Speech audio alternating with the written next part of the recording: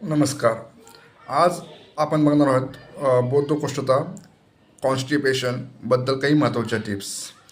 हे नियम तुम्ही फॉलो करा, नक्की याचा आपल्याला फायदा होईल. पहिला नियम आहे सवयी, हॅबिट. रोज सकाळी वॉशरूमला जा आणि टॉयलेटला गेल्यावरती हॅबिट लावा, सवय लावा.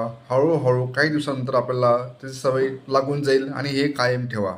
नंतर आहे पाणी. दिवसामधनं खूप जास्त पाणी प्या, जेणेकरून ते पाण्यामुळे शरीराला अपचन होणार नाही आणि बद्धकोष्ठताचा प्रॉब्लेम आपला बऱ्यापैकी सॉल्व्ह होईल. पाणीचं प्रमाण शरीरात भरपूर ठेवा.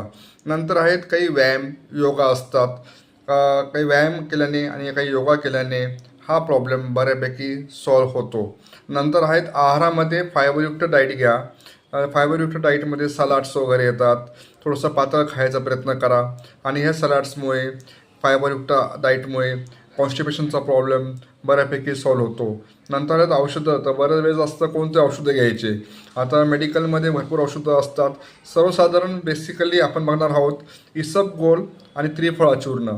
इसबगोल आणि त्रिफळा चूर्णासारखी औषधं सेफ आहेत. प्राथमिक याच्यामध्ये सुरुवातीमध्ये आपण हे औषधं घेऊ शकतो. नंतर आहेत डॉक्टरचा सल्ला.